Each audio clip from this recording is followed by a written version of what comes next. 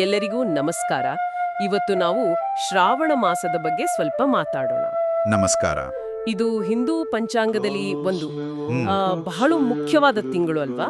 ಹೌದು ಹೌದು ಸಾಮಾನ್ಯವಾಗಿ ಜುಲೈ ಆಗಸ್ಟ್ನಲ್ಲಿ ಬರುತ್ತೆ.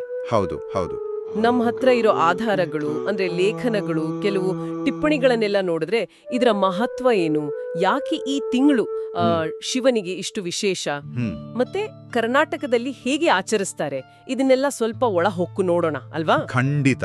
ಇದು ಬರೀ ಪೂಜೆ ಅಲ್ಲ, ಇದರಲ್ಲಿ ಪ್ರಕೃತಿ ಭಕ್ತಿ ಎಲ್ಲ ಸೇರಿದೆ. ಹೌದು, ಅದೇ ಇಂಟ್ರೆಸ್ಟಿಂಗ್. ಸರಿ, ಶುರು ಮಾಡೋಣ. ಆಯ್ತು. ಮೊದಲಿಗೆ ಇದಕ್ಕೆ ಇಷ್ಟು ಪ್ರಾಮುಖ್ಯತೆ ಯಾಕೆ ಬಂತು ಅಂತ ನೋಡಿದ್ರೆ, ಇದು ಮಳೆಗಾಲದ ಸಮಯ. ಹೌದು, ಎಲ್ಲ ಹಸಿರು. ಭೂಮಿ ತಂಪಾಗಿರುತ್ತೆ, ಒಂಥರ ಹೊಸ ಚೈತನ್ಯ ಇರುತ್ತೆ. ಆಮೇಲೆ ಮುಖ್ಯವಾಗಿ ಪುರಾಣಗಳ ಪ್ರಕಾರ ಇದು ಶಿವನಿಗೆ ತುಂಬಾ ಇಷ್ಟವಾದ ತಿಂಗಳು ಅಂತ ನಂಬಿಕೆ. ಓ, ಹಾಗೆಯಾ? ಯಾಕೆ ಅಂತ ಹೇಳಿದ್ರೆ, ಸಮುದ್ರ ಮಂಥನ ಆದಾಗ ಶಿವ ಹಾಲಾಹಲ ವಿಷ ಕುಡಿದ್ನಲ್ಲ, ಅದು ಇದೇ ತಿಂಗಳಲ್ಲೇ ಅಂತ ಕೆಲವು ಕಡೆ ಉಲ್ಲೇಖ ಇದೆ. ಹಾಗಾಗಿ ಶಿವನ ಪೂಜೆಗೆ ಇದು ಶ್ರೇಷ್ಠ ಸಮಯ ಅಂತಾರೆ. ಓ, ಹಾಗೆ. ಜೊತೆಗೆ ಬೇರೆ ಹಬ್ಬಗಳು, ಮಂಗಳ ಗೌರಿ ವ್ರತ, ನಾಗಪಂಚಮಿ, ಆಮೇಲೆ ವರಮಹಾಲಕ್ಷ್ಮಿ, ಹೀಗೆ ಸಾಲು ಸಾಲು ಹಬ್ಬಗಳು ವ್ರತಗಳು ಬರ್ತವೆ. ಹೌದು ಹೌದು, ಅದಕ್ಕೆ ಇದು ಸಂಭ್ರಮದ ತಿಂಗಳು ಅನ್ಸುತ್ತೆ. ಖಂಡಿತವಾಗಿಯೂ ನೀವ್ ಹೇಳಿದ ಹಾಗೆ ಶಿವನ ಆರಾಧನೆಗೆ ಇಲ್ಲಿ ವಿಶೇಷ ಒತ್ತು ಇದೆ, ಅದರಲ್ಲೂ ಶ್ರಾವಣ ಸೋಮವಾರ. ಹೌದು, ಸೋಮವಾರಗಳು. ಹಾ, ನಮ್ಮ ಮೂಲಗಳಲ್ಲೂ ಇದರ ಬಗ್ಗೆ ಬಹಳಷ್ಟು ಹೇಳಿದ್ದಾರೆ. ಕರ್ನಾಟಕದಲ್ಲಿ ಈಗ ಧಾರವಾಡ, ಬೆಂಗಳೂರು, ಮೈಸೂರು ಈ ಕಡೆ ಎಲ್ಲ ದೊಡ್ಡ ಶಿವಾಲಯಗಳಲ್ಲಿ ಸೋಮವಾರ ವಿಶೇಷ ಪೂಜೆ ಇರುತ್ತೆ. ಅಭಿಷೇಕಗಳು, ಅಲಂಕಾರಗಳು. ಹೌದು, ಮತ್ತೆ ಮಹಿಳೆಯರು ಉಪವಾಸ ಇರ್ತಾರಲ್ಲ. ಹೌದು, ಶಿವಪಾರ್ವತಿಯರ ಪೂಜೆ ಕುಟುಂಬದ ಶ್ರೇಯಸ್ಸಿಗಾಗಿ. ಶಿವನಿಗೆ ಬಿಲ್ವಪತ್ರೆ, ಹಾಲು, ನೀರು ಇದರಿಂದ ಅಭಿಷೇಕ ಮಾಡಿದ್ರೆ ಒಳ್ಳೇದು ಅಂತ ನಂಬಿಕೆ. ನಮ್ಮ ಮೂಲಗಳಲ್ಲೂ ಇದ್ರ ಬಗ್ಗೆ ಇದೆ. ಬಿಲ್ವಪತ್ರೆಗೆ ಬಹಳ ಮಹತ್ವ ಇದೆ. ಇನ್ನು ನಾಗಪಂಚಮಿ ಕೂಡ ಶ್ರಾವಣದಲ್ಲೇ ಬರುತ್ತೆ ಅಲ್ವಾ? ಹುತ್ತಕ್ಕೆ ಹಾಲೆರಿಯೋದು, ನಾಗದೇವರ ಪೂಜೆ. ಹೌದು, ಅದು ಕೂಡ ಪ್ರಮುಖ ಆಚರಣೆ. ಉಡುಪಿ ಕಡೆ ಕದಿರಿ ವ್ರಜಭೋಜನ ಅಂತ ಒಂದು ವಿಶೇಷ ಆಚರಣೆ ಬಗ್ಗೆನೂ ಮಾಹಿತಿ ಸಿಕ್ಕಿದೆ. ಅಂದ್ರೆ ಅದು ಏನು? ಓ ಹೌದಾ, ಕದಿರಿ ವ್ರಜ ಭೋಜನ ಅದು ಬಹುಶಃ ಶ್ರೀಕೃಷ್ಣನಿಗೆ ಸಂಬಂಧಪಟ್ಟಿರಬಹುದು. ಹೇಗೆ ಅಂದ್ರೆ, ಕೃಷ್ಣನಿಗೆ ಪ್ರಿಯವಾದ ತಿನಿಸುಗಳನ್ನು ಮಾಡಿ ಸಾಮೂಹಿಕವಾಗಿ ಭೋಜನ ಮಾಡೋದು, ಆ ತರಹದ ಆಚರಣೆ ಇರ್ಬೋದು. ಒಂದೊಂದು ಭಾಗದಲ್ಲಿ ಒಂದೊಂದು ತರ ಇರುತ್ತೆ ನೋಡಿ. ಹೌದು, ನಿಜಕ್ಕೂ ಗಮನಾರ್ಹ. ಸರಿ, ಈ ಆಚರಣೆಗಳ ಹಿಂದಿನ ತತ್ವ ಅಥವಾ ಕಾರಣಗಳ ಬಗ್ಗೆ ಸ್ವಲ್ಪ ಯೋಚಿಸೋಣ. ಯಾಕೆ ಶಿವನಿಗಿಷ್ಟು ಪ್ರಾಮುಖ್ಯತೆ? ಸೋಮವಾರಕ್ಕೆ ಏನು ವಿಶೇಷ? ಅಂದ್ರೆ ಬರೀ ಧಾರ್ಮಿಕ ನಂಬಿಕೆನಾ ಅಥವಾ ಬೇರೆ ಏನಾದ್ರೂ ಇದೆಯಾ? ಏನಿರ್ಬೋದು?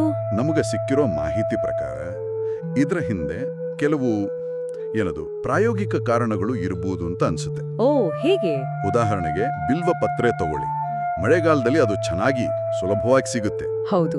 ಆಯುರ್ವೇದದಲ್ಲಿ ಅದಕ್ಕೆ ಔಷಧೀಯ ಗುಣಗಳಿವೆ ಅಂತಾರಲ್ಲ, ಜೀರ್ಣಕ್ರಿಯೆಗೆ, ಉರಿಯೂತ ಕಡಿಮೆ ಮಾಡಕ್ಕೆ. ಹೌದು. ಸೊ ಮಳೆಗಾಲದಲ್ಲಿ ಬರೋ ಆರೋಗ್ಯ ಸಮಸ್ಯೆಗಳಿಗೆ ಇದು ಪೂರಕವಾಗಿತ್ತ ಅಂತ ಒಂದು ಯೋಚನೆ ಅದಲ್ಲ. ಇಂಟ್ರೆಸ್ಟಿಂಗ್. ಹಾಗೇನೆ ವ್ರತ, ಉಪವಾಸ ಇದು ಬರೀ ಶ್ರದ್ಧೆ ಅಷ್ಟೇ ಅಲ್ಲ, ದೇಹಕ್ಕೆ ಸ್ವಲ್ಪ ವಿಶ್ರಾಂತಿ ಕೊಡೋದು, ಜೀರ್ಣಾಂಗಗಳಿಗೆ ರೆಸ್ಟ್ ಕೊಡೋದು, ಈ ತರದ ಒಂದು ಆರೋಗ್ಯ ದೃಷ್ಟಿಕೋನನೂ ಇರಬಹುದೇನೋ. ಅಂದ್ರೆ ನಮ್ಮ ಹಿರಿಯರು ಪ್ರಕೃತಿ ಮತ್ತೆ ಆರೋಗ್ಯ ಎರಡನ್ನೂ ಗಮನದಲ್ಲಿಟ್ಕೊಂಡು ಈ ಸಂಪ್ರದಾಯಗಳನ್ನು ಮಾಡಿದ್ರು ಅನ್ಬಹುದಾ? ಹೌದು, ಕೆಲವು ವಿಶ್ಲೇಷಣೆಗಳು ಆ ಕಡೆಗೆ ಸೂಚಿಸ್ತವೆ. ಇದೊಂದು ಒಂಥರ ಪ್ರಕೃತಿ ಜೊತೆಗಿನ ಹಳೆಯ ಸಂಬಂಧವನ್ನ ನೆನಪಿಸುತ್ತೆ. ಸರಿ, ಹಾಗಾದ್ರೆ ಒಟ್ಟಾರೆಯಾಗಿ ಈ ಶ್ರಾವಣ ಮಾಸವನ್ನ ಹೇಗ್ ನೋಡಬಹುದು? ನಮ್ಮ ಚರ್ಚೆಯ ಆಧಾರದ ಮೇಲೆ ಹೇಳೋದಾದ್ರೆ ಇದು ಭಕ್ತಿ, ಸಂಭ್ರಮ ಮತ್ತೆ ಆಚರಣೆಗಳ ಒಂದು ಸಂಗಮ ಅಂತ ಹೇಳ್ಬೋದಲ್ಲ? ಖಂಡಿತ. ವಿಶೇಷವಾಗಿ ಕರ್ನಾಟಕದಲ್ಲಿ ಶಿವನ ಪೂಜೆ, ಸೋಮವಾರದ ವ್ರತಗಳು, ನಾಗಪಂಚಮಿ, ಮಂಗಳ ಗೌರಿ ಪೂಜೆ ಇವೆಲ್ಲ ಪ್ರಮುಖವಾಗಿ ಕಾಣಿಸುತ್ತೆ. ಹೌದು, ಜೊತೆಗೆ ಪ್ರಾದೇಶಿಕ ವೈಶಿಷ್ಟ್ಯಗಳು ಇವೆ. ಹೌದು, ಕದ್ರಿ ವ್ರಜಭೋಜನದ ಹಾಗೆ. ಸೊ ಈ ಎಲ್ಲದರ ಹಿಂದೆ ಧಾರ್ಮಿಕ ನಂಬಿಕೆ ಇದೆ, ಪ್ರಕೃತಿ ಆರಾಧನೆ ಇದೆ, ಆರೋಗ್ಯದ ಕಾಳಜಿ ಇದೆ, ಸಾಮಾಜಿಕ ಬೆಸುಗೆ ಕೂಡ ಇದೆ. ಹೌದು, ಎಲ್ಲವೂ ಸೇರಿಕೊಂಡಿದೆ. ಹಾಗಾದ್ರೆ ಅಂತಿಮವಾಗಿ ಇದೆಲ್ಲ ನಮಗೆ ಏನ್ ಹೇಳುತ್ತೆ? ಇಂದಿನ ಕಾಲಕ್ಕೆ ಇದರ ಪ್ರಸ್ತುತತೆ ಏನು? ಅದೇ ಮುಖ್ಯವಾದ ಪ್ರಶ್ನೆ. ಈ ಹಬ್ಬಗಳು, ವ್ರತಗಳು, ಆಚರಣೆಗಳು ಇವತ್ತು ಬರೀ ಒಂದು ಸಂಪ್ರದಾಯ ಅಂತ ಉಳಿದುಕೊಂಡಿದ್ಯಾ, ಅಥವಾ ನಮ್ಮ ಈ ವೇಗದ ಜೀವನ ಇದೆಯಲ್ಲ, ಇದರಲ್ಲಿ ಈ ಆಚರಣೆಗಳು ನಮ್ಮ ಮೂಲಗಳು ಹೇಳೋ ಹಾಗೆ ನಿಸರ್ಗದ ಚಕ್ರಗಳ ಜೊತೆ ನಮ್ಮನ್ನ ಕನೆಕ್ಟ್ ಮಾಡಕ್ಕೆ, ಹ್ಮ್ ನಮ್ಮ ಆರೋಗ್ಯದ ಬಗ್ಗೆ ಸ್ವಲ್ಪ ಗಮನ ಕೊಡೋಕೆ ಪ್ರೇರೇಪಿಸೋಕೆ ಮತ್ತು ನಮ್ಮ ಸಮುದಾಯದ ಜೊತೆ ಬೆರೆಯೋಕೆ ಒಂದು ಅರ್ಥಪೂರ್ಣವಾದ ದಾರಿಯಾಗಿ ಇನ್ನೂ ಇದೆಯಾ? ಹೌದು, ಯೋಚಿಸಬೇಕಾದ ವಿಷಯ. ಇದ್ರ ಬಗ್ಗೆ ನಾವೆಲ್ಲ ಆಲೋಚಿಸ